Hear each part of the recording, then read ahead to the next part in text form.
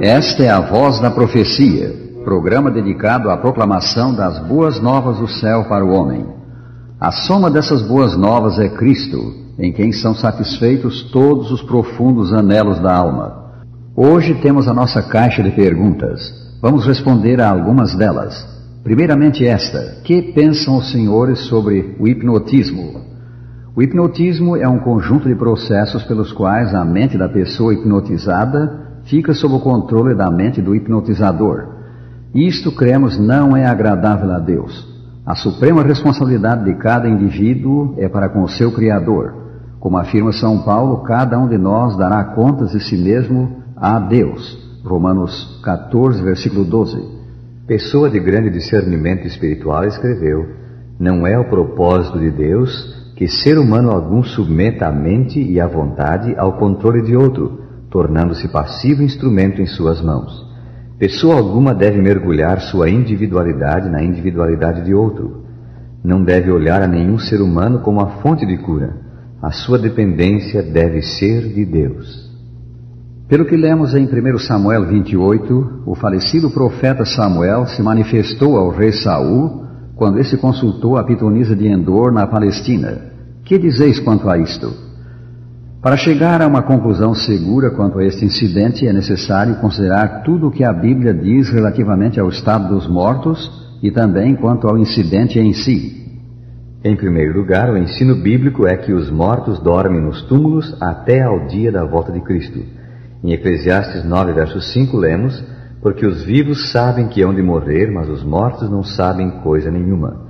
E em 1 Tessalonicenses 4, 13 e 16, não queremos, porém, irmãos, que sejais ignorantes com respeito aos que dormem, para não vos entristecerdes como os demais que não têm esperança.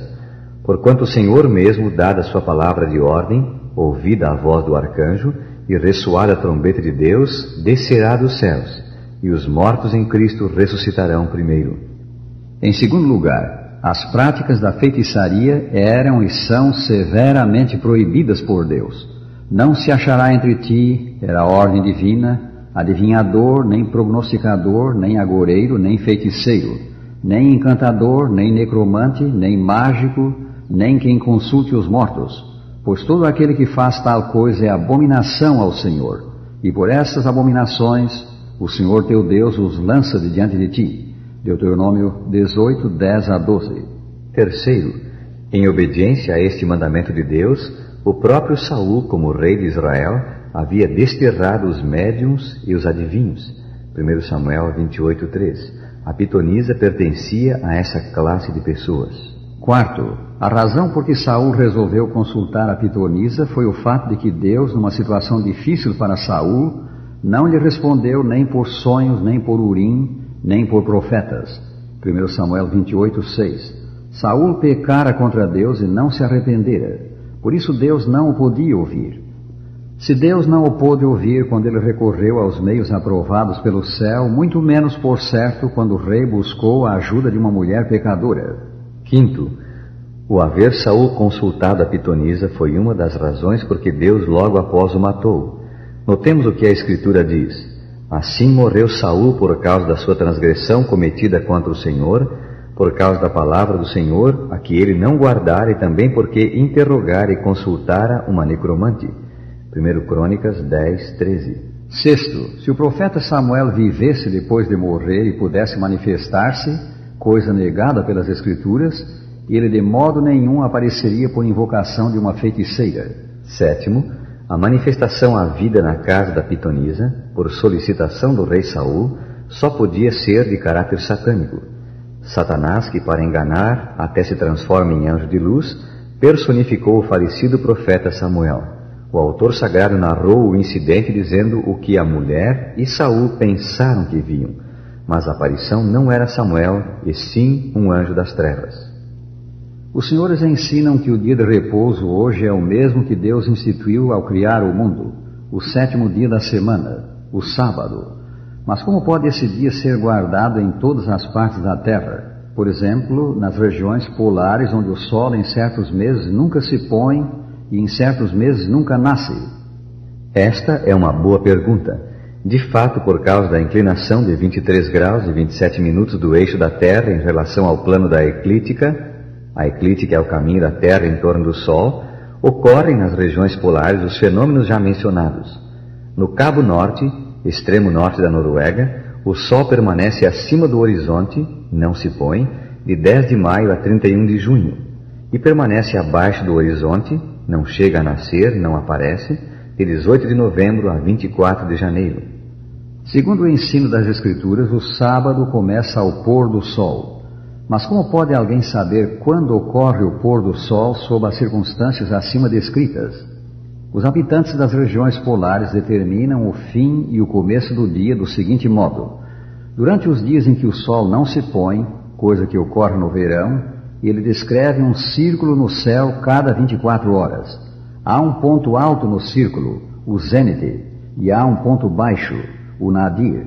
Quando o sol atinge o ponto mais baixo, o nadir, isso corresponde ao pôr do sol e também ao nascer do sol. Esse momento assinala o fim do dia e o começo do novo dia. No inverno, quando o sol não aparece, não sobe acima do horizonte, ele não obstante sobe até bem próximo da linha do horizonte. Quando está no ponto mais alto, embora ainda oculto atrás do horizonte, ele produz um clarão, qual o que vemos quando ele está para nascer.